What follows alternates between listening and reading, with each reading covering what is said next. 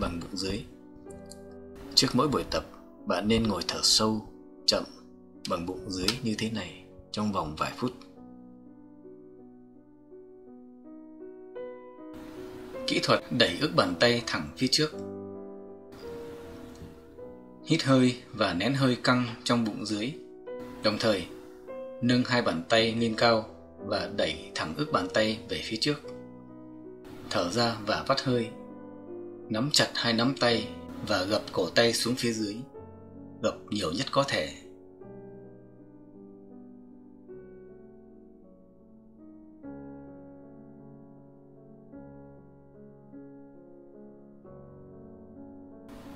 Lặp lại kỹ thuật này trong vài chu kỳ thở chậm, sâu bằng bụng dưới.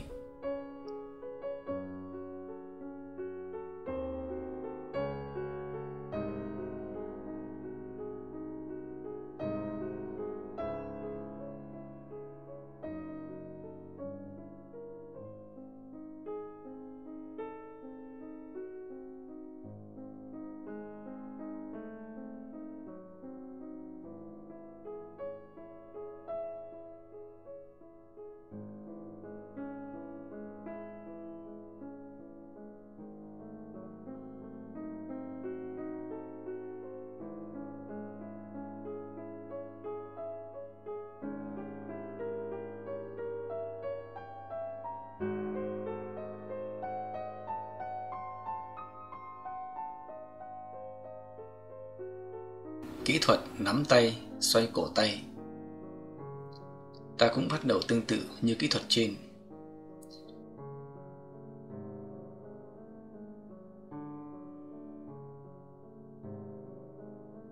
Nhưng từ khi thở ra, nắm chặt hai nắm tay và xoay quanh cổ tay theo hai chiều ngược nhau.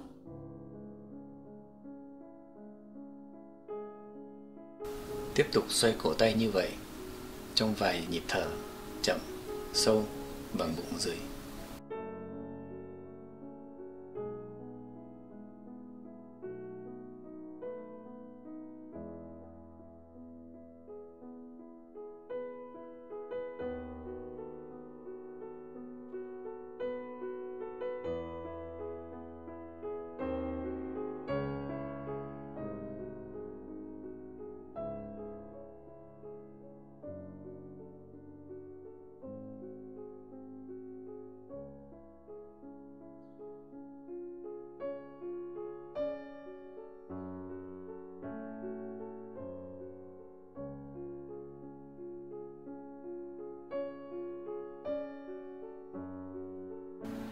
Bây giờ, xoay theo các chiều ngược lại, cũng trong vài chu kỳ thở chậm, sâu bằng bụng dưới.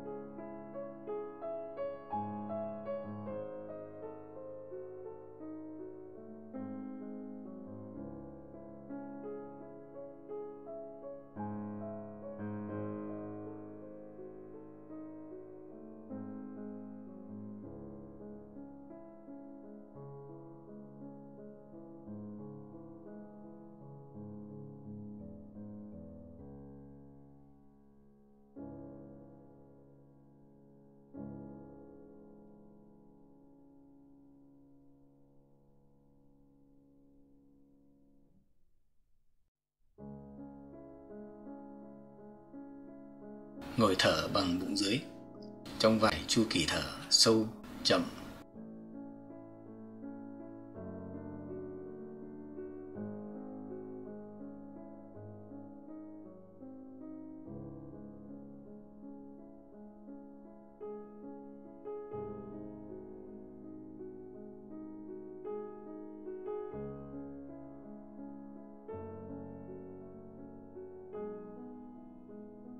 Kỹ thuật ngửa bàn tay kéo giãn cơ 4 ngón.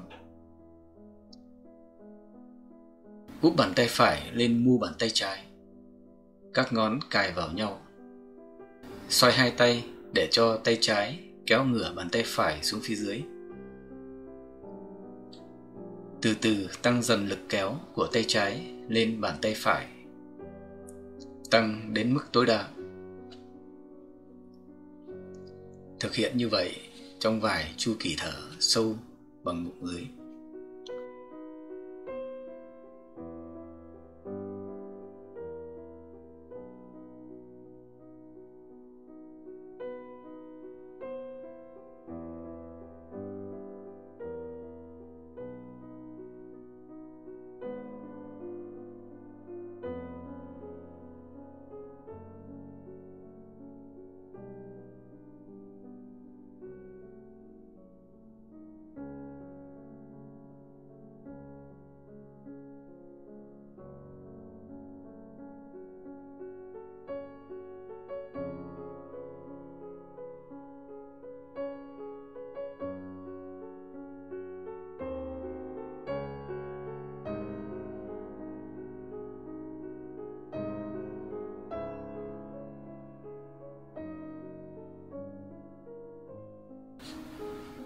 Bây giờ làm tương tự cho tay bên kia.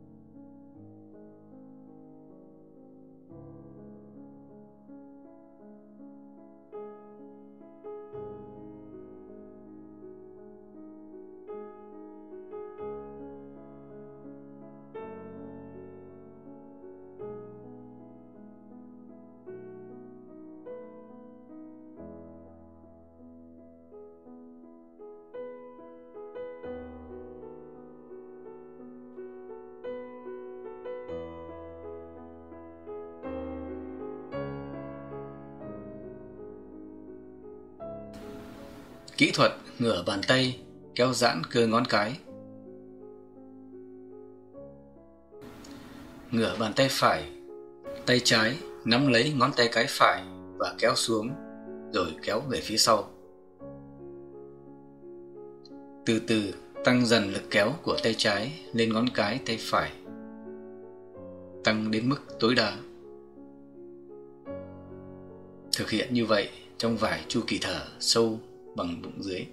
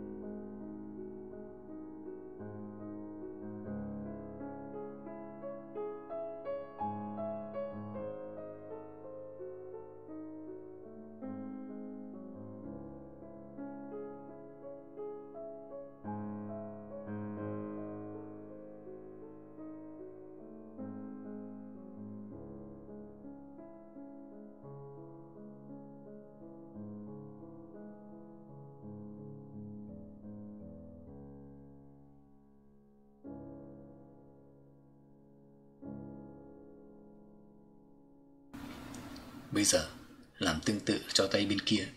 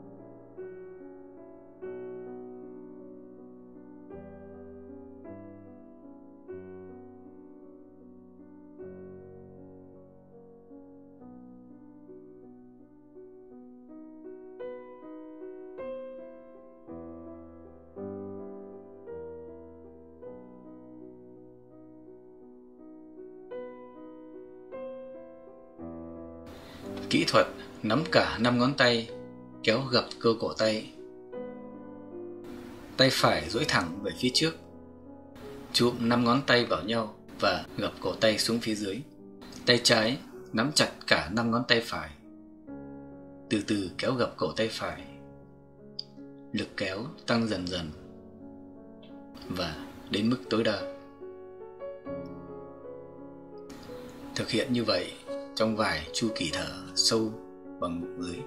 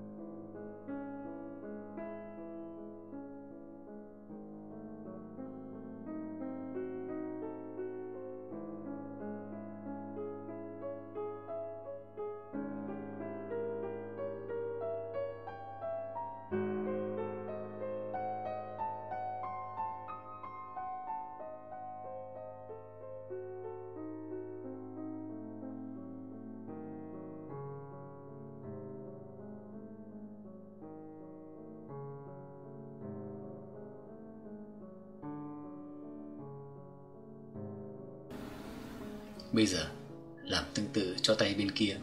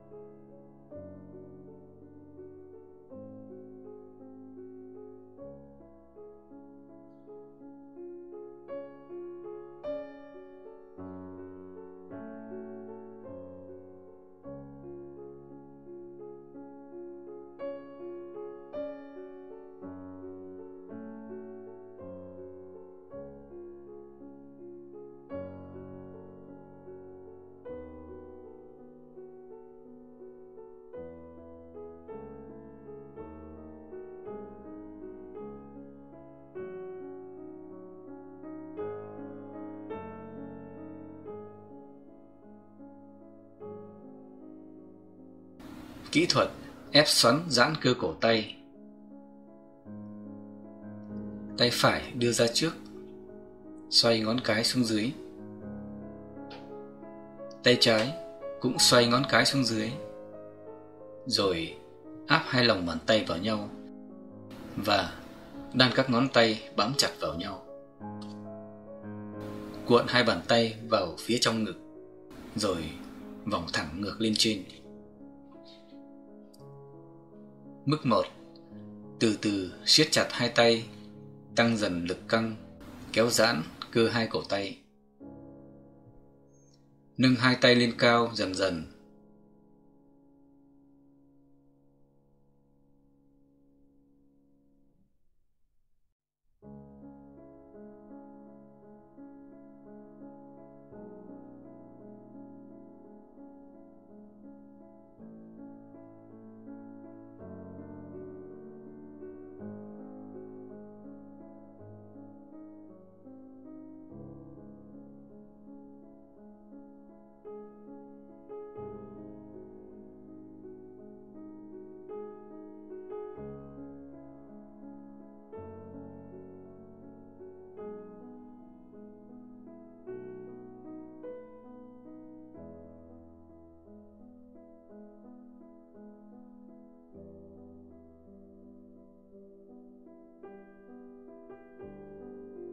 Mức 2. Từ từ ngả cả hai cẳng tay về phía trước, rồi duỗi thẳng cả hai tay. Tiếp tục tăng lực căng, ép lên các cơ hai cổ tay. Làm như vậy trong vài chu kỳ thở chậm sâu bằng bụng dưới quen thuộc.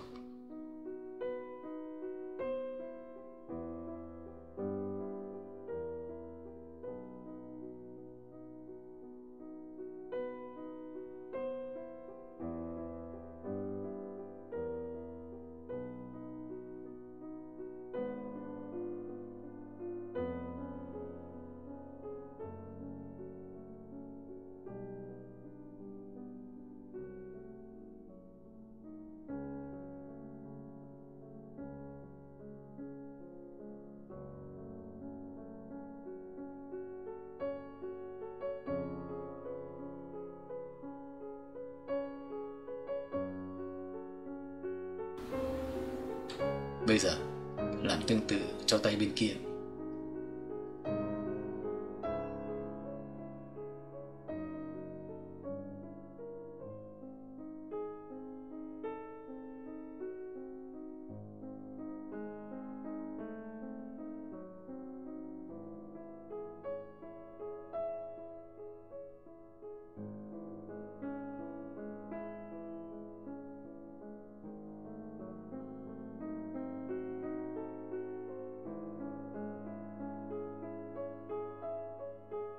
Mức 1.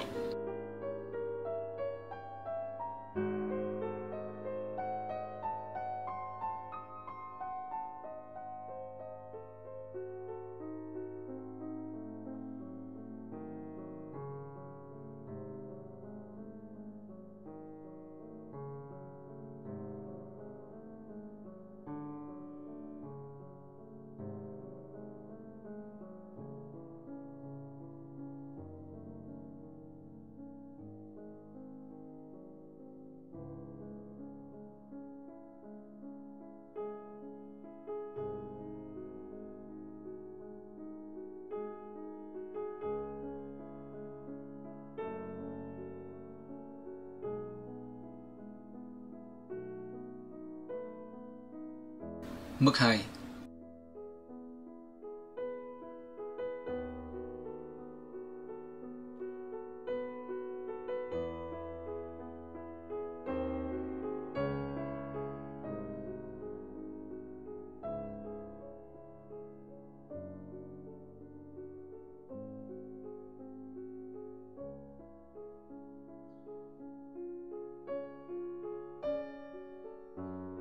Ở trong trạng thái này, các cơ cổ tay được kéo căng tối đa.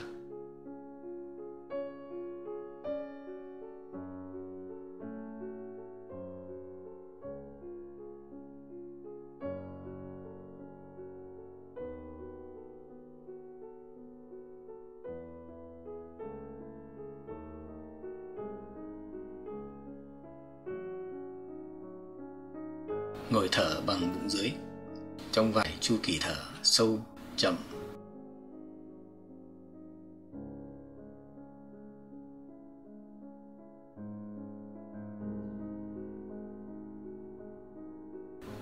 Kỹ thuật quỳ chống mu bàn tay, kéo gập hai cổ tay. Nào, chúng ta cùng quỳ thẳng lưng như thế này.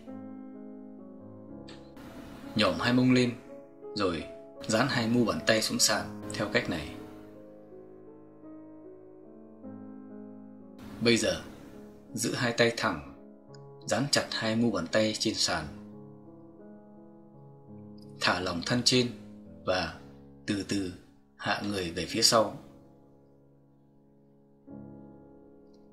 Cổ tay ngoài như vậy bị gập mỗi lúc một tăng. Thở đều vài chu kỳ thở chậm, sâu bằng bụng dưới.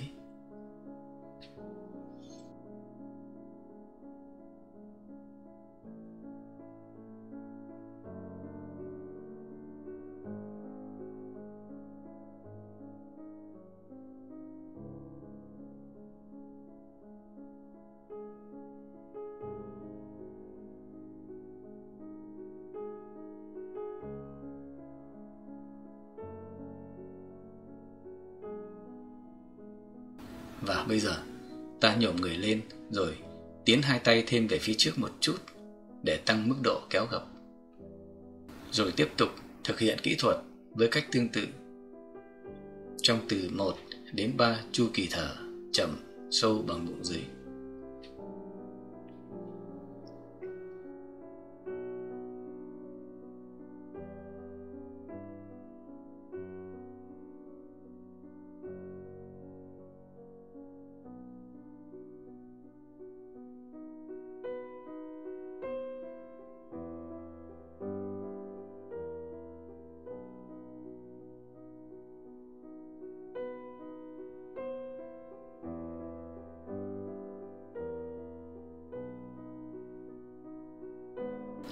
Để thoát khỏi thế tập này, nhổm người lên về phía trước, nhẹ nhàng nhấc hai tay rồi trở về tư thế quỳ thẳng lưng ban đầu.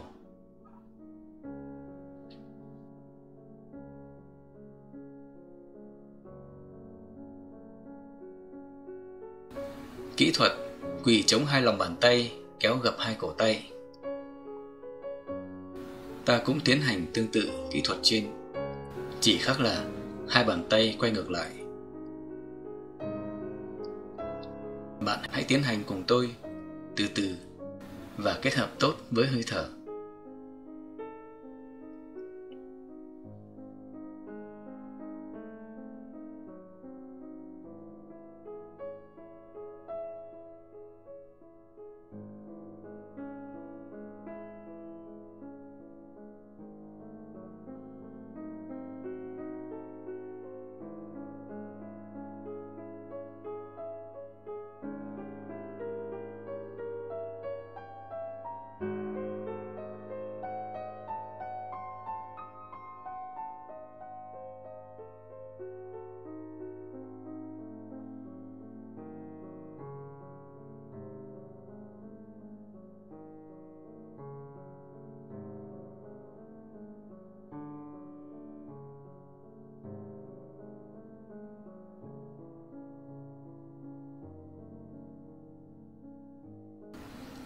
Ta cũng có thể điều chỉnh khoảng cách phù hợp để gia tăng tác dụng kéo giãn.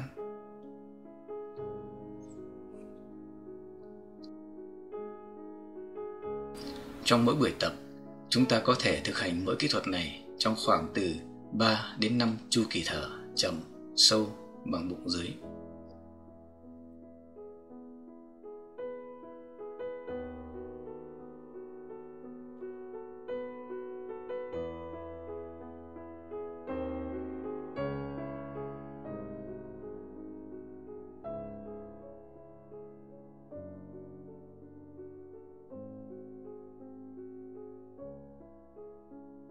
Bây giờ, ta cũng thoát khỏi thế tập này theo cách tương tự kỹ thuật trước. Nhổm cao người, nhấc hai tay lên, rồi thu về ở thế quỳ thẳng lưng ban đầu. Kỹ thuật kéo giãn các đốt sống, kích thích các đám rối thần kinh cổ và tay. Mức 1. Xuất phát từ tư thế đứa trẻ, tì trán xuống sàn.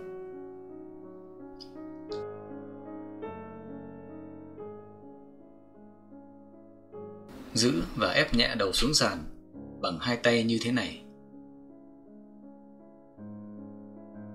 Dùng thân sau đẩy nhẹ nhàng và từ từ về phía trước. Như vậy, đầu cũng từ từ lăn cuộn trên sàn. Và các đốt sống phía sau được kéo giãn. Các đám rối thần kinh cổ và đám rối thần kinh tay được kích thích. Thở đều, chậm và sâu bằng bụng dưới trong nhiều chu kỳ thở.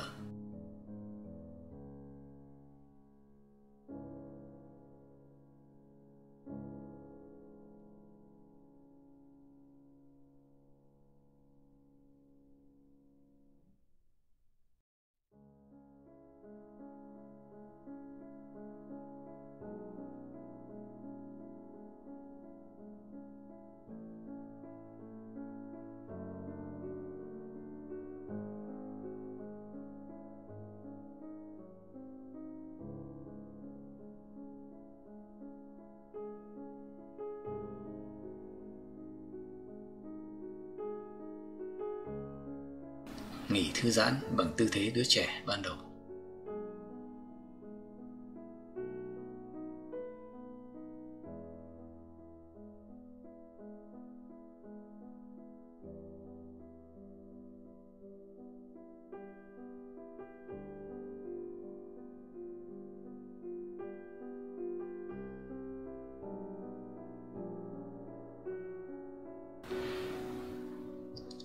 Kỹ thuật kéo giãn các đốt sống, kích thích các đám rối thần kinh cổ và tay. Mức 2. Ta sẽ thực hiện tư thế quen thuộc của yoga có tên cái cày. Có nhiều cách để vào thế tập này. Ở đây, chúng ta xuất phát từ thế cây cầu như thế này.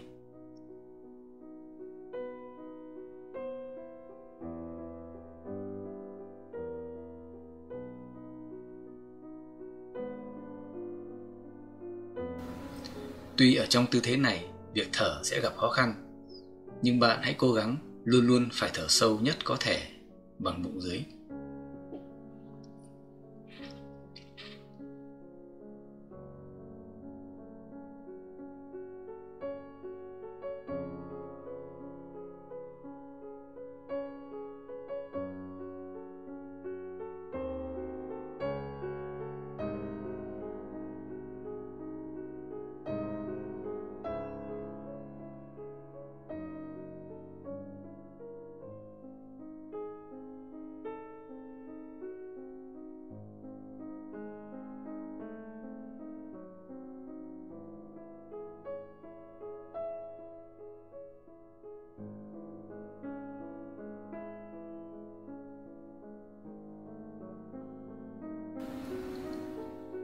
Kỹ thuật điều hòa cột sống. Hai tay ôm chặt hai khoeo, cuộn tròn lưng và lăn nhẹ nhàng xuống. Lăn qua lăn lại trong nhiều chu kỳ thở sâu bằng bụng dưới.